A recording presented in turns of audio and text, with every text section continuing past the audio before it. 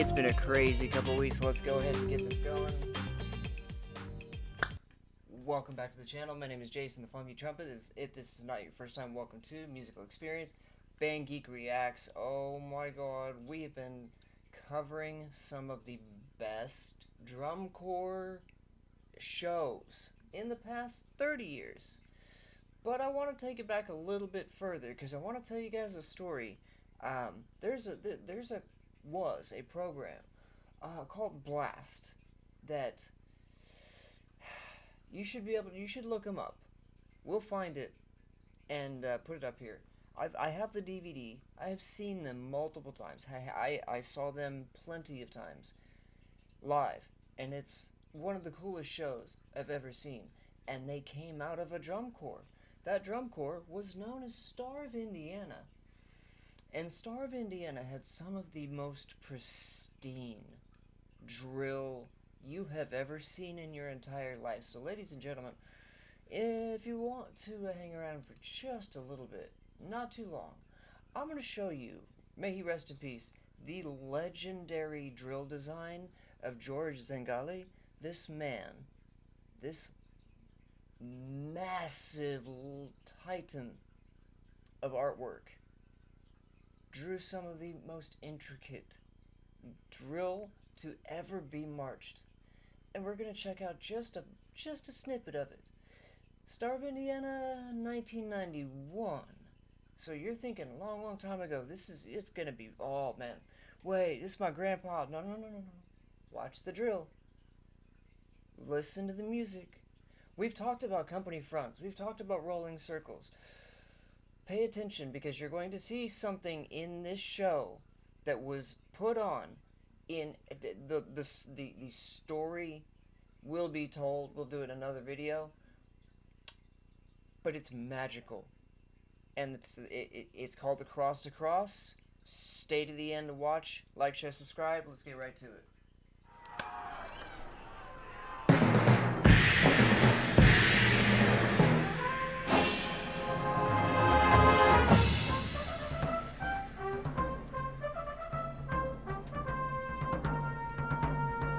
There we go.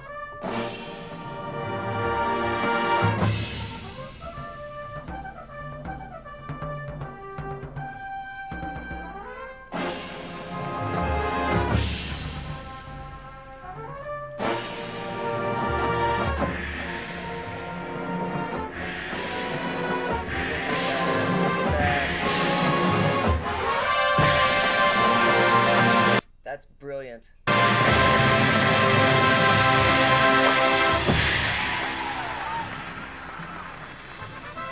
Gotta love the pixelation. I love the pixelation. Thank you. It's 1991, for God's sakes. This is off of a VHS cassette. But, oh my god. Look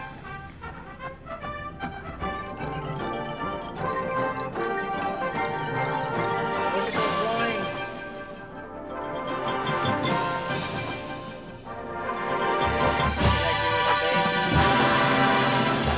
Spread.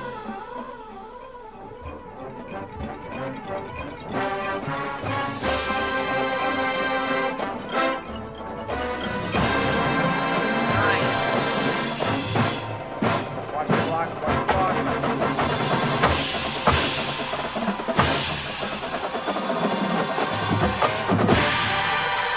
As soon as they hit, there's another big bridge.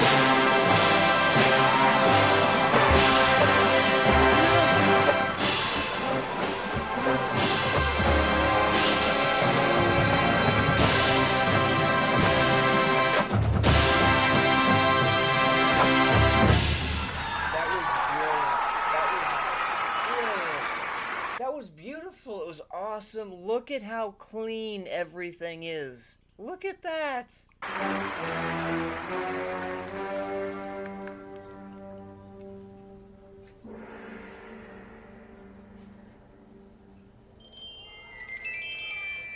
Oh my god, I forgot about marching bells. Yeah, we used to have those on the field. Another rolling circle. Yes. Are we about to get a helix? Oh, wow.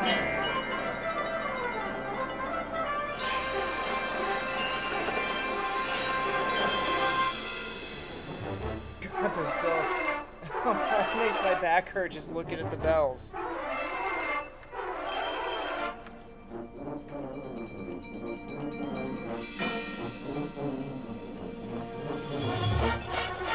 Look at that. Look at that. Oh, my God.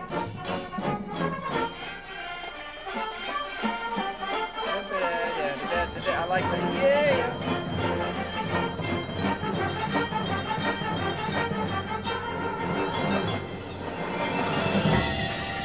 Good horse flash.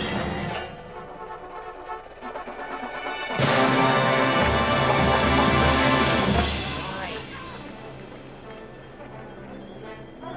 I think we have the same word. We do. We do.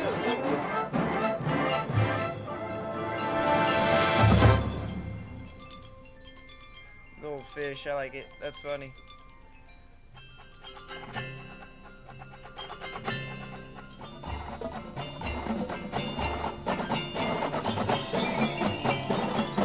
Judges have always worn green shirts just to make them blend in more, but then the black pants like just completely ruin it.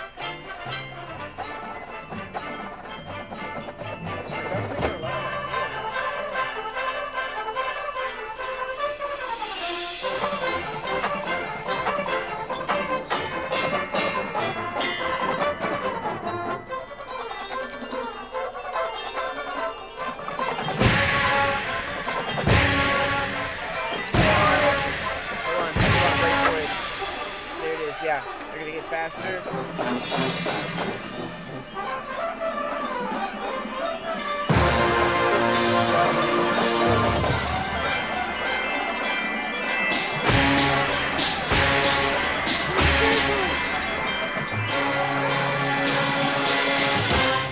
Are you kidding me? Are you serious? Look at that. Look at that. I mean, they're on the hash line. It's perfect. Over here, almost perfect. You know, look at that.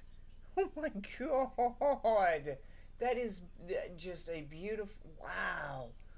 Wow, wow, wow. And the guard around them.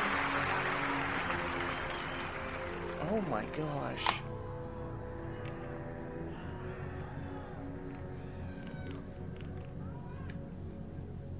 It's crazy to think that there were that many people there for the games, what, 35 years ago? Ish.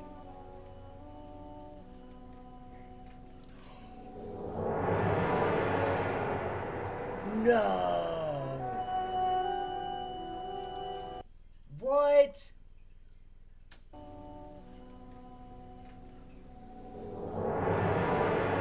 Oh, that is awesome.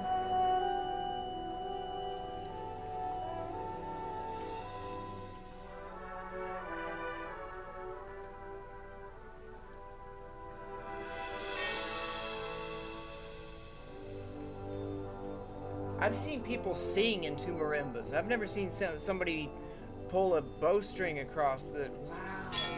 I gotta try that. We need to get a marimba. If you want to buy me a marimba, so, you know. A big old T for keeping time.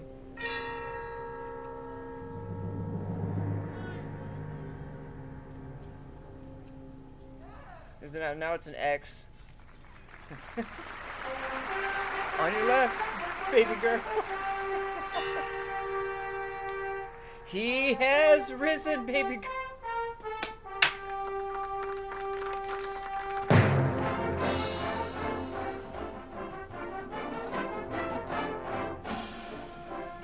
Oh, those lines are gorgeous.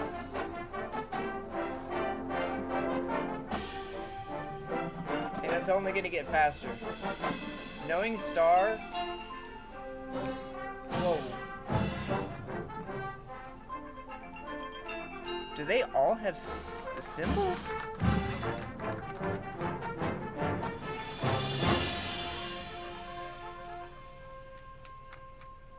Dude, that is dangerous to give the guard that many flying. I'm just kidding. That's sick.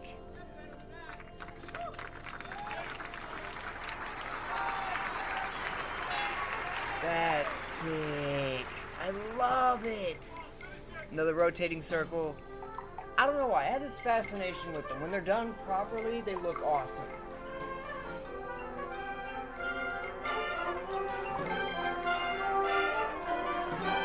Up on your toes, guys.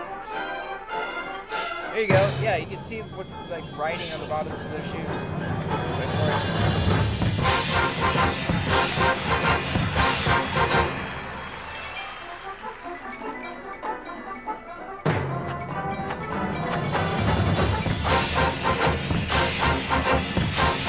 Oh my god!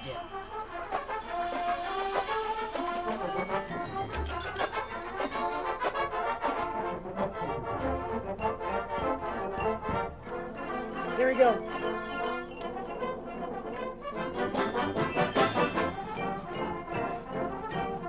This it's almost like an Uno reverse. Like, oh, here we go.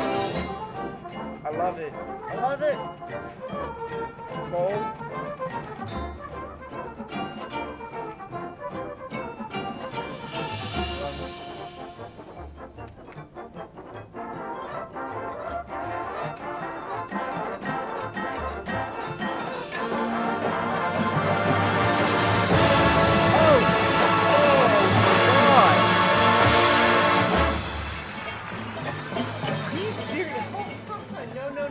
No. Like, that's it. I know, it's a Peter Griffin, like, they did it, they did the thing, their name is Star, and they made a star. No, that's cool.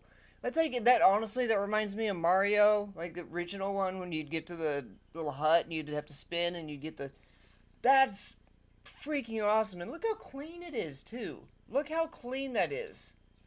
All the contras, what is that, 4, 8, 12, oh my god.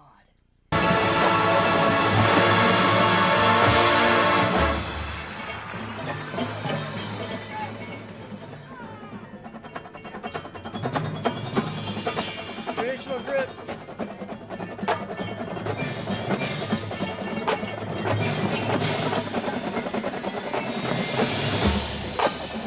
Oh my god, look at that. Look at a big old octopus, I love it. Yes. Bellissimo. Brilliant.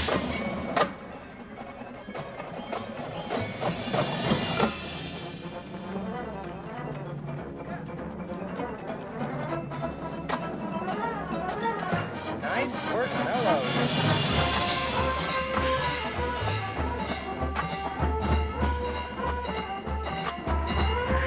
Oh, wow. Yeah, dude, that's old stuff. That is the style of marching from the 90s. The old block style into really abstract lines. Look at this. Hold on. Zingali's best. Don't blink.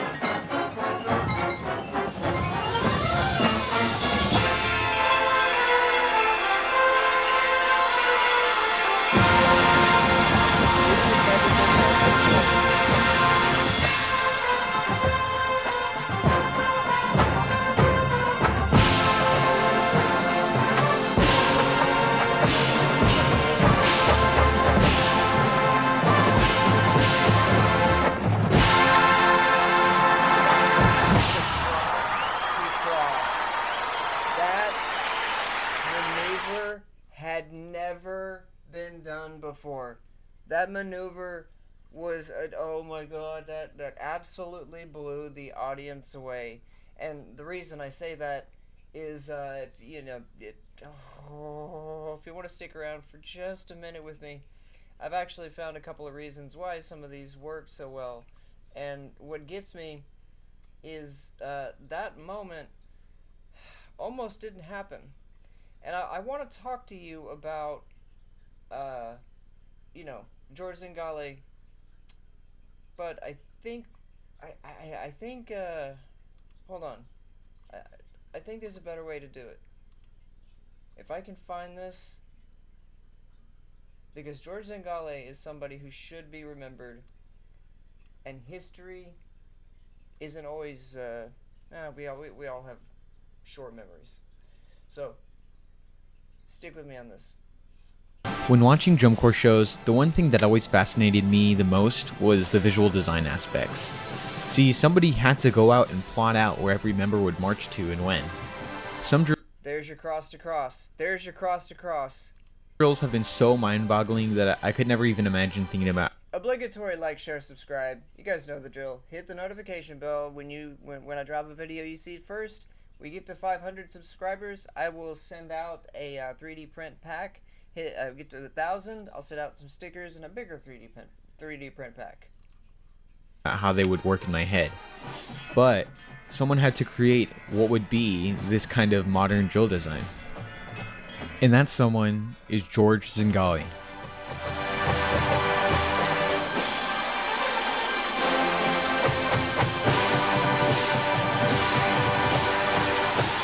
That should look familiar. We just saw it. Boom. For educational purposes only. So, on a football field, you gotta exaggerate everything. Everything is larger than life. And you almost have to do that on the stage also. Even when you're whispering. You can command that authority. You can do that. George Zingali began his drum corps career with the 27th Lancers, where he began marching at the age of 17 and stayed with the corps. I'm gonna tell you that I'm old. That's the year I was born, 1981. Until his age out as drum major in 1973. After aging out with the corps, George would go on to work as an instructor for 2-7, focusing more particularly on the color guard and later road drill. Look at that drill work. Zingali's work with the color guard at 27th Lancers can only be described as innovative, bringing things that had never before been seen on a drum corps field. 1, 2, 3, 4, 5, 6, 7, 8.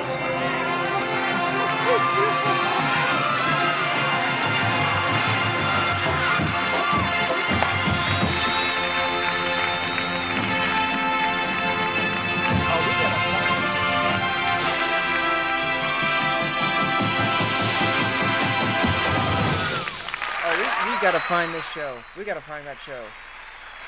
George became pretty well known in the community for being an innovator and a genius for his work with the 27th Lancers. And some credit has to be given to the corps director at the time, who decided to take a chance on letting a 20-something kid create some of the most important aspects of what a drum corps show would be. Hey. And clearly it paid off. Yeah. I mean, when you look at how well 2-7 was doing competitively, particularly in the year 1980, when they took second place, just under 0.4 of a point away from that year's champion, the Blue Devils. In 1982, Zingali was no longer working at 2-7, and when word spread, he was quickly offered a position at the Garfield Cadets, along with Mark Sylvester and Peggy Twins. That next year, the Cadets leapt to 3rd place from their previous year's 7th place finish. The show was something special, but it was only a small look at what was to come for the Cadets in the next 3 years. I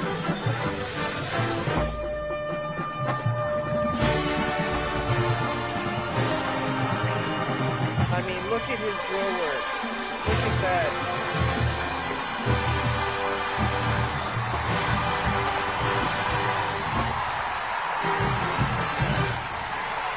Wow, I was expecting a company from...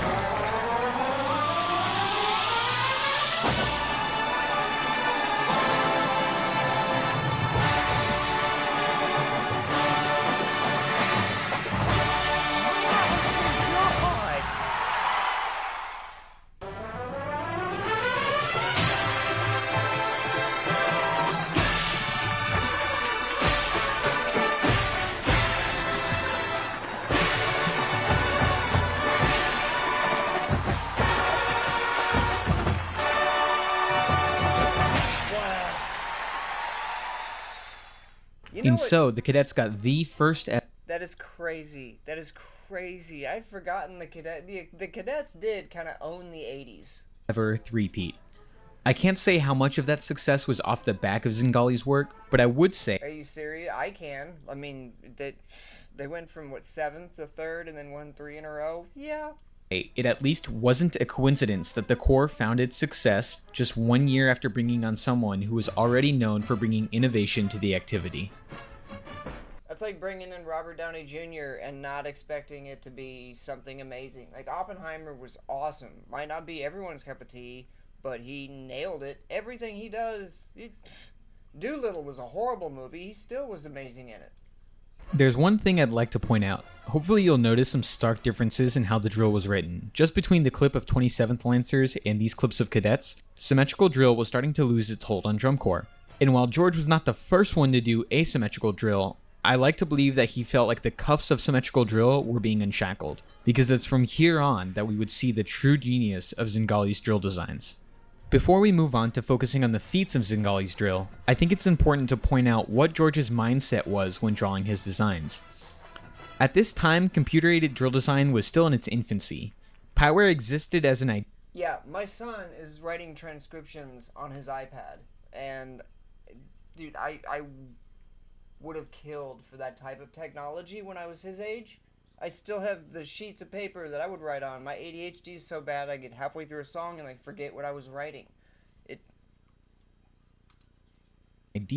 But was just starting to roll out some rudimentary plotting programs. However, it was nothing like what we know as today's standard for drill designing software. Many drill designers were either outright staging their drill or plotting them by hand with paper and pencil. This year, I had my first experience paper, pencil, poker chips with plotting drill by hand, and let me tell you, it sucks. And while I have my issues with Poware, I did find a new appreciation for it after that. Already at this point, Zingali's drill was known for being eye-catching. Look at that! Look at that! That pentagon! That pentagon is amazing! And going well with the music. And Zingali would play on that later in a clinic where he described the process that he would use when writing his drill. The reason that I write good drill is not because I know about visual design. It's because I listen to the music so much that it becomes a part of me. I no longer think in terms of counts or measures or musical phrases. It is me. And that comes about by listening, by appreciating, by leaving it alone and going someplace else to research that piece of music. That's fantastic advice. Like, write that down. And the more you research it, the more levels you can put in it. I think just looking at the drill we've seen from cadets, hopefully you can kind of see what I mean when I talk about how impressive it is when you view Zingali's drill from the perspective of coming from a time before Poware. George would remain with the cadets until 1986, when he would get offered a position. Yeah, think about that. He was writing all this stuff in his head. Everything we saw in that last performance from Star, like, he saw that in his head and then went, okay, this, and okay, this, and okay, this, and the cross to cross was beyond insane to see for the first time. Up there with, like, in a newer drum corps. So new, it was actually only going to be their second year in existence. So how was this brand new corps able to get such a well-known designer to leave the cadets, who had just won 3 in a row? That answer is pretty obvious, and it's money. Zingali had a deal with the cadets that he would work for $8,000 a season, but both he and Mark had been offered $25,000. Dude, it costs almost that to march drum corps in a season. Wow. Now, to work for this new corps, Star of Indiana. In the years following, Zingali would continue writing drill for Star of Indiana, but also made some returns to 27th, the cadets, and then wrote for Blue Knights. Unfortunately, I don't have the exact years that he wrote for all of these corps, but either way, he's out here doing side quests like he's collecting Infinity Stones. You need to know that he was cementing this new style of drill, something that other designers could only attempt to emulate. In addition to being known for his fantastic drill, Zingali was also well beloved by those he taught for his personality. He was described as being someone who could get the impossible out of people. Throughout his time with the marching arts community, Zingali had brought things to the field that had never been seen. Guard spinning while laying down, the Z-pull, and probably most notably, the cross-to-cross. And we start thinking, drawing things, and the cross, and one cross came in and the other cross came in. And I remember one time he drew the cross and he literally had tears coming out of his eyes. And then I don't know where it came from, but the birth of the cross happened. Wherever it happened, he said, I think I've got it. And it was just the idea was born. At this point in Zingali's life, many recount that he was exhausted, and this was due to the fact that he had been struggling with a years-long battle with AIDS. However, when he started to teach the cross-to-cross moment, many described that he seemed to be re-energized through his love of drum corps. The stories of the cross-to-cross are numerous, but the general consensus is that the night that the staff added it to the show, the corps rehearsed till well past midnight. They were not stopping until it was done right. And ultimately what happened was we were going to do the new ending, and it was written and we learned it, and we put it together, and I remember we were done, we put our horns down, we were waiting to hey, what are we doing next? And we're just standing there waiting, and you just saw the staff up there talking. You didn't know what they were talking about.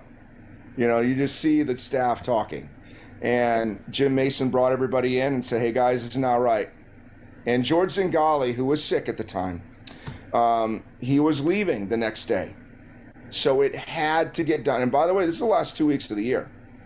So it had to get done that night. So Wow. Jim Mason, said, hey, we're staying here until it's done. And if that's till 2 or 3 in the morning, then that's what it's going to do. That's what it's going to be. And so we're like, all right, well, we're like, okay, let's get it done. We're all all in, and George taught all of that from the field. Here's a quote by Bill Cook, the founder of Star of Indiana, discussing the creation of the cross-to-cross. Late in the afternoon, he told Jim, the new closer is not right. A few minutes later, he left the stadium. None of us knew where he had gone or if he would be back. About 8 o'clock, George returned and said, we are going to have 2 crosses at the finish instead of 1. The next 5 hours were unbelievable. He ran from one section to another, telling members where they should be at the end of the final cross. He wanted them to count measures. Count and run a... Oh my god. He did... Okay, you're talking about sight reading drill during the last 2 weeks of final season? Are you effing kidding me? I'm sorry, are you kidding me right now? Around until time to make your final set. Hour after hour, the corps tried and failed, but finally, at 2 a.m. the next morning, the cross was seen. The next night in Lynn, Star put in the new move.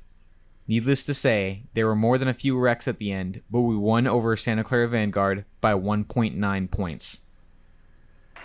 George Zingali, one of the forefathers of modern visual design, devoted his life and talents to many corps, including his 27th Lancers, the Garfield Cadets, the Blue Knights, and the Star of Indiana.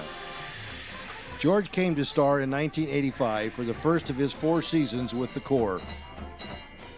His final contributions to the drum corps activity came in his visual design of the 1991 program, culminating in what is still known today as the Cross to Cross. In this, one of the final rehearsals of not only 1991, but of George's brilliant life, he spoke to our dedication and our faith with the inspiration only he could provide. Excellent. Excellent. Now let's build the company front. Excellent. You guys, when you do that, it really looks like an organism.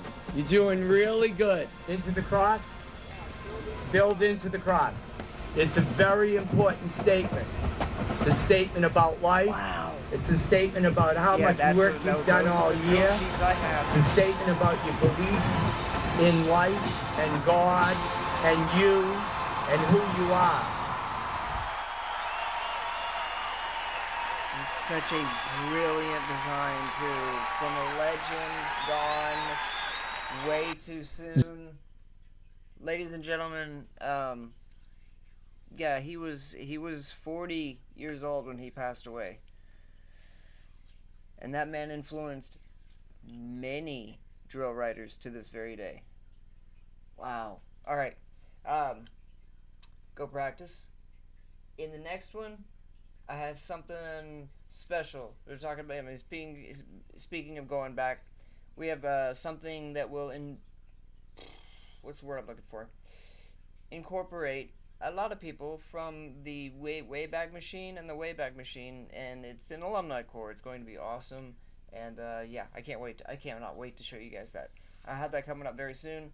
Go check out the other videos. Exogenesis was really crazy to watch. Oh my god, that blew me right away. Yeah, thank you for hanging out. Peace. Wow, George Zingali, a legend, a legend, a legend.